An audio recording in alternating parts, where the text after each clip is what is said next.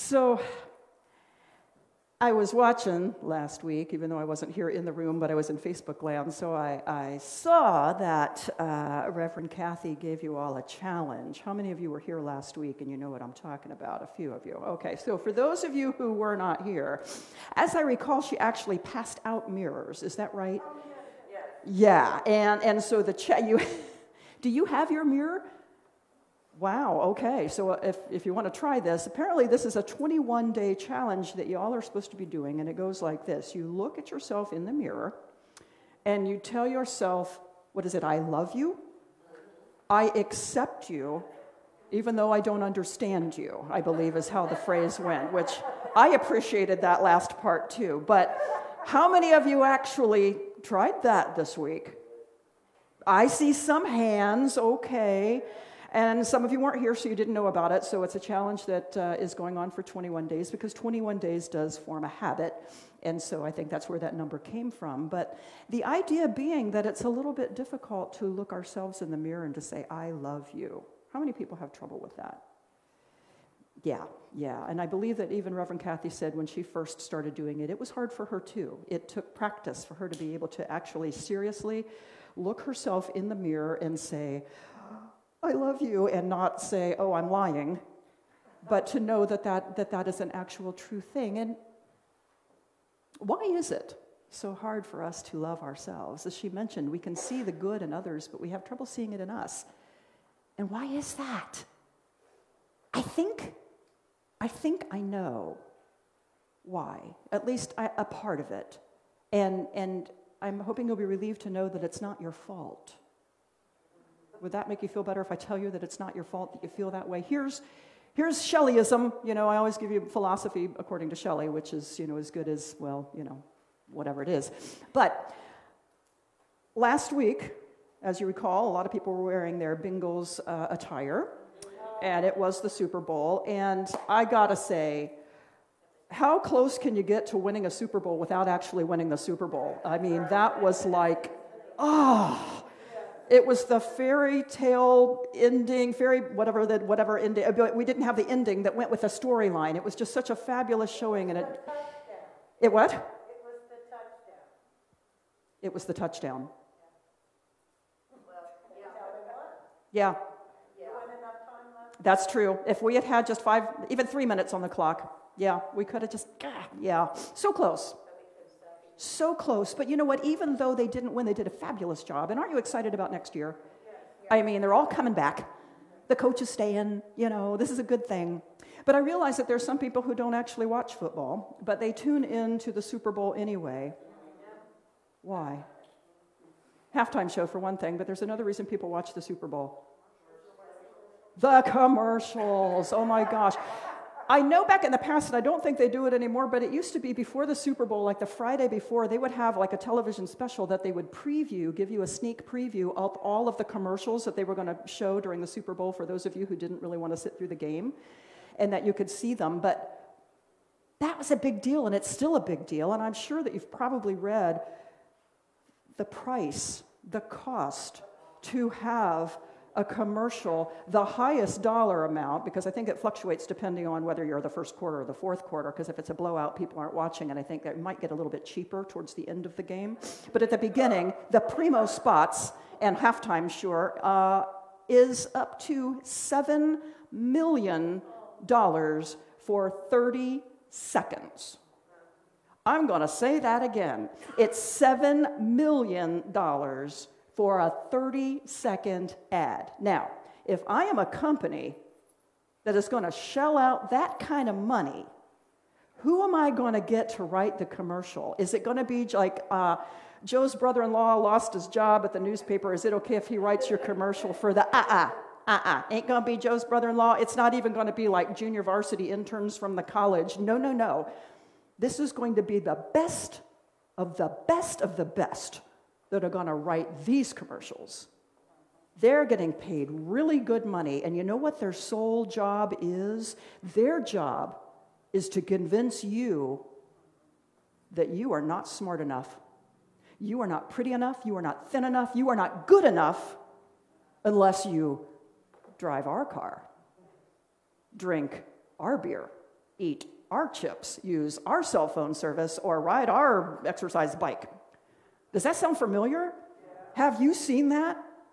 Holy cow, we're bombarded with this every day. It's not just Super Bowl commercials. This is all the time. Anytime you're sitting in front of a television, unless you're DVRing things and fast forwarding, which I like to do because, it's more efficient that way if you can get through the commercials. But if you're watching live, you're getting hit with this. If you're driving in your car, it's on the radio. It's those sound bites. It's the billboards that you're driving by daily. It's the magazine ads when you're sitting in the doctor's office waiting room telling you, you're not thin enough, you need to look like this. It's social media posts. It's those Facebook pop-up ads. It's even mailers coming to your doorstep in the postal service, again, telling you, you are not enough. And yet we don't see it coming, so we don't know that we've been bombarded with this. And how powerful are these messages? Let me give an example. We were just cleaning out some closets at my house and looking at some shoes that were purchased a while back, and I realized that these commercials are so powerful that they convince an intelligent grown woman who has feet that are shaped like a fan to purchase shoes that are shaped like a cone. And to put our feet in this cone, and then we're going to elevate the heel so we can put all of our body weight, that's about 70 pounds of a leg, into this shoe, and we're going to convince you it's your idea, you want this, and you're going to shell out some big bucks for it because it's going to make you at least taller. I don't know. What was the point of that? But that's how powerful this is. It not only affects our buying habits, it also leads us into what I call analysis paralysis. This is how it affects me.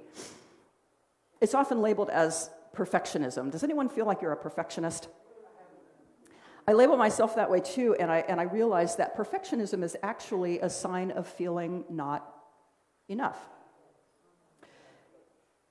The very first song that I wrote was to actually record, I should say. It took me years to finish it, and it came about in a weird way. I was asleep. I had gotten up early and went back to bed, and so I was in one of those dream states where you know you're asleep, but you're still dreaming.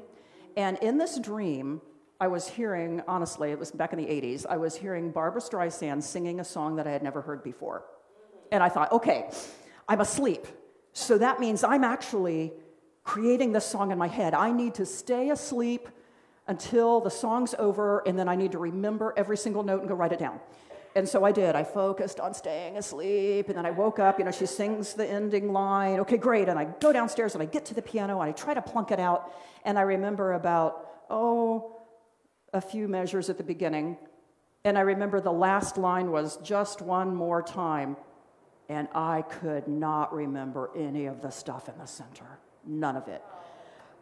And I'm coming from a world of lack, which is kind of a distant cousin of not enough, that this is the only song I'm ever going to be able to write, and I have failed because I just forgot probably 75% of it, and I don't know what to do. And so I painstakingly tried to put these things together, and it took a while, but I came up with something, and it was like, okay, and then it would sit on a shelf.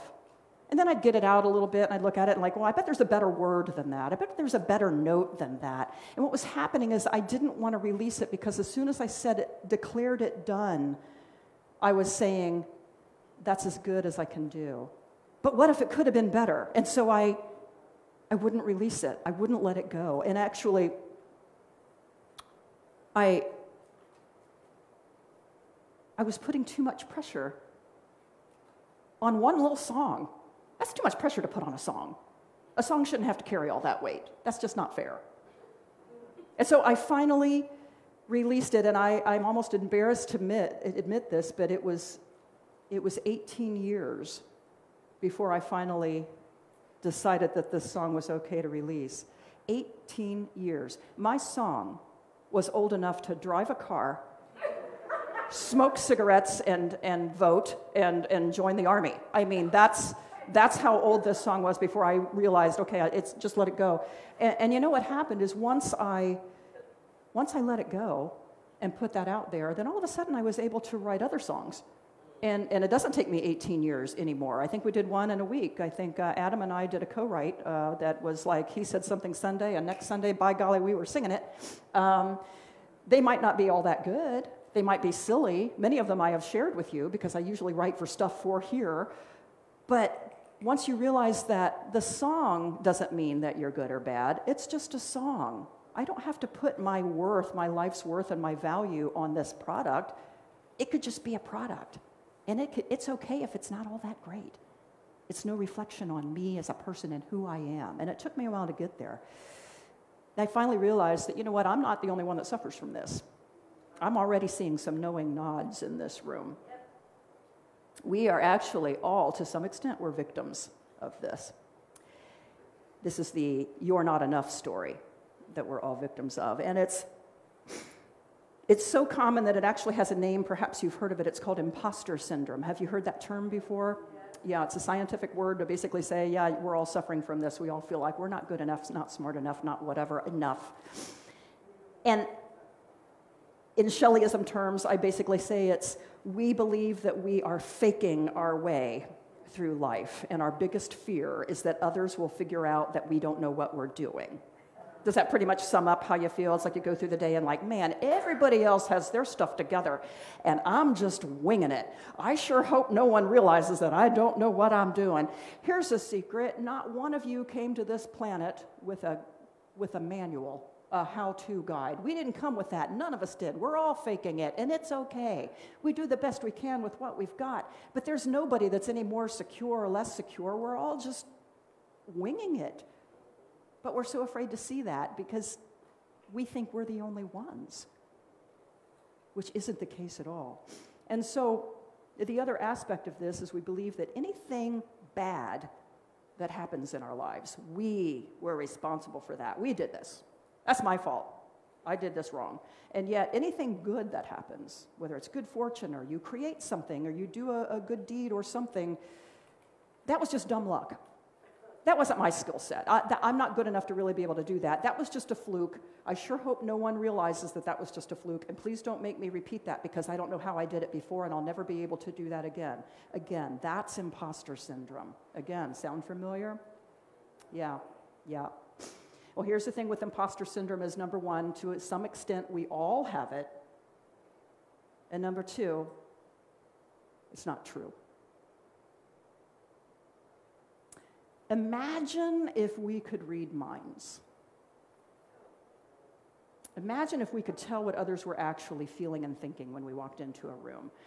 I picture going to like a fancy wedding reception, right? Everybody's all dressed up, fancy, and there's like a cake and punch bowl and whatever, and there's all these people milling around. And then I imagine that I see, there's a gentleman that's just standing right inside the doorway, and thinking about what his mind is going through. And in his mind, he's realizing, oh my gosh, I'm extremely introverted. My buddies said that they would be here. Not any of them are here. I don't know a soul here. His palms are clammy. There's sweat dripping down the back of his shirt, and he is sure that everybody is staring at him. And in the meantime, over here in this corner is a woman who is sitting in a chair, and she's trying to tuck her feet underneath her chair. She is mortified because she just realized that she put on one black shoe and one navy blue shoe, and she is, oh my goodness, what if people see me? What will they think of me? Now, do you suppose the lady over here notices that this guy has sweat dripping down his back? Is he even aware that she has mismatched shoes? No, but for each of them, it is the biggest thing in the room. Like, how can anyone enjoy themselves when I am wearing mismatched shoes? How can you possibly have fun when I don't have any friends and I'm uncomfortable? People don't even notice. We come walking into the room with what we think is this big elephant. Here's my flaw. Let's all just stare at it. Without realizing that everybody else came into the room with their elephants too, right? So we really basically have a room of invisible elephants, and not one is able to see anybody else's because we're so worried about our own and that somebody might see it. So the thing to know about this is basically that, first of all, obviously there's a big mess that we have to clean up with elephants in the room. I don't know who would be in charge of that. But also it shows us how quickly we validate our negative thoughts and we make them bigger than they really are. And let me ask you this question. How do you receive compliments? Not so good, I bet. If you're like me, it's something like, hey, Chelley, you know, that was a great job you did on that project. Oh, it was nothing. You know, what I really should have done was blah, blah, blah, woulda, shoulda, coulda. It's like I'm already saying it wasn't good enough because you're about to judge me to say what's wrong with it. So I'm going to pull out all the flaws before you can say the flaws for me. So, ha-ha, I took that away from you. Or, Chelley, I really like that sweater. Oh, this old thing? How often do we do that, right? We push away compliments like we don't deserve them. And yet, any negative suggestion goes straight to the core. Chelley, you know, that was a lousy song. Oh, you're right. I should never write any more songs. I'm not even a songwriter. I don't know who I thought I was. I should just be a drummer. Maybe I'm not even good at drumming either. I'll just sit in the corner and do nothing. I'm bad. No. But we adopt that. We make it part of our I'm not enough psyche. And why? Because there are companies that are paying $7 million for a 30-second commercial ad to convince you that you're not enough, and they are really, really good at it. I want to break the chain. And I want to do it not by convincing ourselves that we deserve this. Like Reverend Kathy said, we can see each other's greatness, but we can't see our own. So let's start with what we're good at. We're able to see the greatness and the good in others. So let's capitalize on that. I want to start by reaching out to others and letting them know that they're okay and that they're enough. And the way to do this is through connection.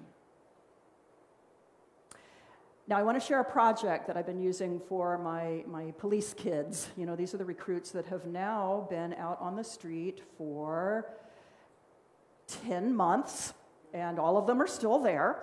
A little crusty, but they're hanging in there. But one of the projects that I gave them, I might have mentioned to you this to you last time, but the project is 5 thank yous a day, TY5. And the idea behind this is not that I'm asking them to go out and thank 5 people. That's not it. That's easy. Hey, thanks for doing that thing. Hey, thanks for being you. Thanks for blah, blah, blah. That can fall flat. The person might not even hear what you just said. That doesn't count. That's not what I'm looking for. What my challenge is I want them to generate 5 thank yous a day, either by something that they do or something that they say that causes another person to thank them. This involves interaction with 2 people. There actually has to be communication, there has to be recognition of something happening, and then a response so you know that you were effective in this positive interaction. So that's the 5 thank yous a day challenge.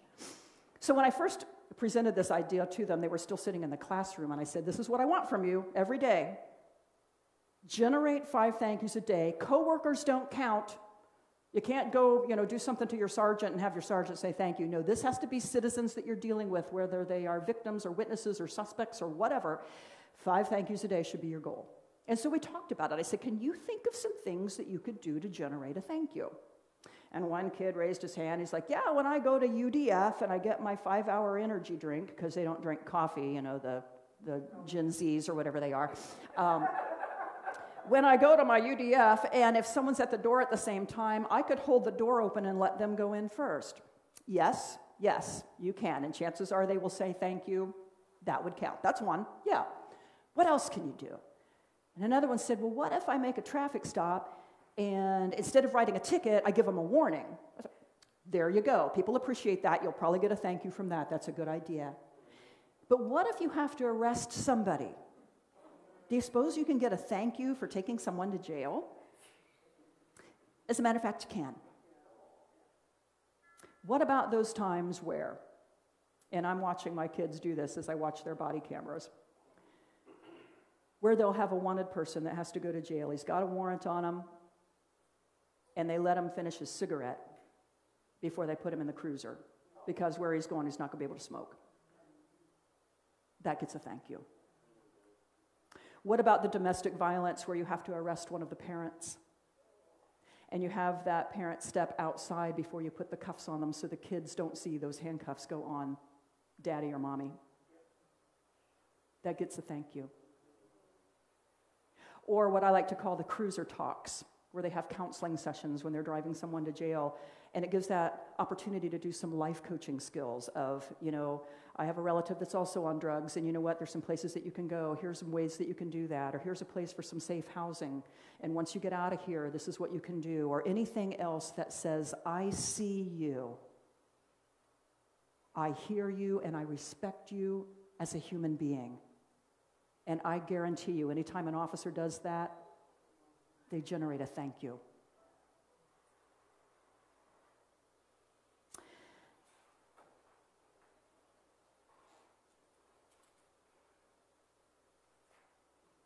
I know this seems like a bunch of touchy-feely stuff, and I know that a lot of veteran officers look at me and think, oh, good Lord.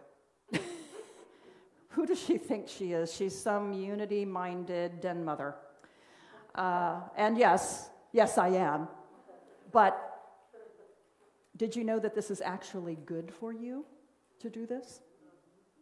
It's not just a good idea. It's good for you. Did you know that caring for others actually builds your resiliency? Studies have been done. There was a Dr. Chelley, I want to make sure I'm saying that name right.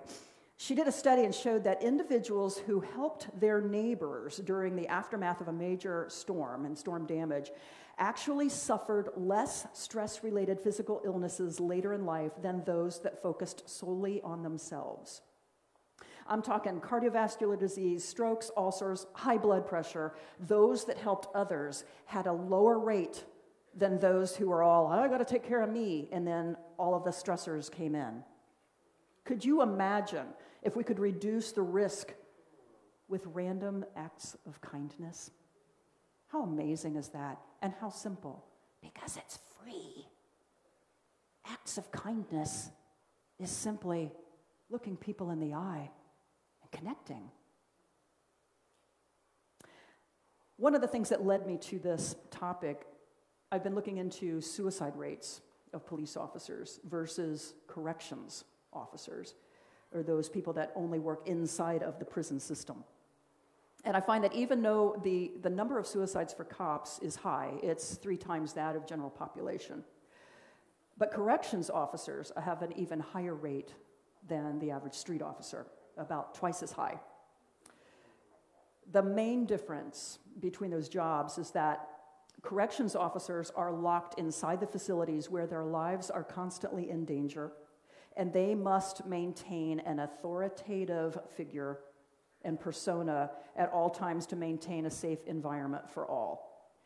Whereas street officers, they have the opportunity to help others, to make a difference, and to feel that they're really connecting in a positive way. And it turns out that it's actually human nature to want to reach out to others. That's in our DNA. That's that hardwiring connection that Brené Brown talks about. We are hardwired for connection. When we talk about shame, it's our fear of not being able to connect. When we talk about I am not enough, it's our fear of not being able to connect. So that is our hardwiring. So if law enforcement officers are able to connect, that helps with their mental health. That's my job now, is to encourage more of that community interaction so that we can see our suicide rates go down. It's selfish and altruistic all at the same time. One of my favorite quotes from Brené Brown is, "It's hard to hate close up. Lean in. See the human element in each other." I didn't want to go off on this tangent, but I'm going to. I hope that's okay. I know that if you've been watching any of the news in this past week and seeing what's happening in Ukraine with Russia and the fear of what might come tonight, tomorrow, trying to understand how one person can destroy another person. The only way that that can happen is if we stop seeing the other person as a human being. This was true when we review war history. In the Civil War, everyone was close. Sometimes they were even related, brother shooting brother, cousin killing cousin. Many soldiers were not even able to pull the trigger. Weapons were recovered from the battlegrounds that were stuffed with ammo that had not been fired. And I don't know if I'm not really a gun person, but what they had to do is with the musket, they'd put the ball in the powder and then they'd tap it down and then you'd shoot one and then you'd have to load again. And they found weapons on the field that had 3, 4, 5 rounds because people would load, pretend to shoot, load, pretend to shoot because they couldn't kill another human being that they could see so close. Wait till you see the whites of their eyes, then now you're a human. But as warfare progressed and distance was created, and it's so easily to take away that human element. These aren't people anymore. We're dropping things from planes. We're shooting missiles from other countries and warships. Distance has taken away the human element. Distance has taken away connection. You want world peace. We need connection. That's why this message is so near and dear to my heart right now, and that I want to share with you. Another challenge that I'm going to share with you is the grocery store challenge. If you're like me, and many people must be like me, I go grocery shopping on a Sunday afternoon. Apparently, everybody goes grocery shopping on a Sunday afternoon because we're all there.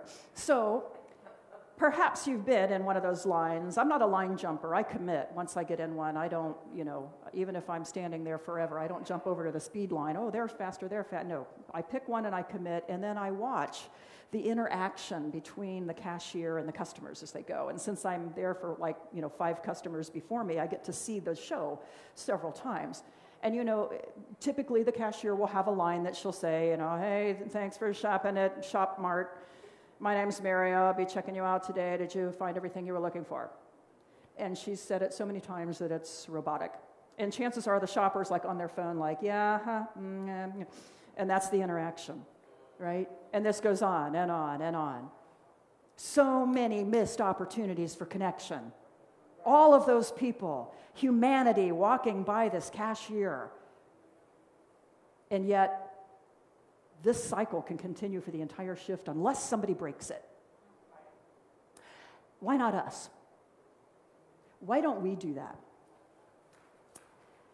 So when it's your turn, when you go up to the cashier, I suggest that you look him or her directly in the eye.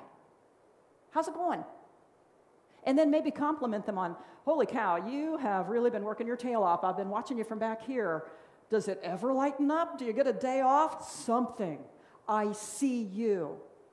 I recognize you as a human being, and you will be amazed how their face will light up. It's like magic. They're no longer a robot. They're a person thank goodness there's somebody that I can talk to. You'll actually hear the exhale when this happens, which again, as I said, in breathing, the exhale is so important. We got to let that stress go. Let the cashier exhale. Say something funny so she can laugh. What does laughing do? It's an exhale. Exhale. That's why laughter is so important. That's where laughter yoga or whatever that is, that's where that comes from, is releasing stress that we're carrying. So laughter is good. So I'm asking you, make that connection. Reverend Kathy demonstrates this every Sunday when she does her namaste. You know exactly what I'm talking about. When she takes the time to look every person in the eye. And it doesn't matter how long it takes. She goes through the entire room and makes that connection. Do you feel that? Do you remember that feeling of anticipation until her eyes meet your eyes? That's connection. That's powerful stuff. And it's free. Yeah. And when we think back to those Super Bowl ads telling us to buy that fancy car, or what is it that we really want? What we really want is to be noticed. See me driving that car. See me wearing that brand. See me eating those chips. Okay, maybe not the chips. I don't really like people watching me eat, so maybe not that. But the fact is, you are worthy of being seen without any of those things. So the next time you're at the grocery store, standing in front of that overworked cashier, take the time to make the connection. Wish them a good rest of their day. And when you do, they will most likely reply with, "Thank you." That's one. 4 to go. So let's look at our affirmation here. Yeah, I'm sorry. Was I supposed to let you go? Thank you. Our affirmation for the day, if you will say this with me: I am a light that radiates love and goodness into the world. I am enough, and so are you. Namaste. And I'm going to try to look at all of your eyes again, but Kathy is really, really good at it. But I so appreciate each and every one of you for being here today, for the love that you bring into this room, because I'll tell you what, I feel it. There is so much love here. Right back at you. Thank you.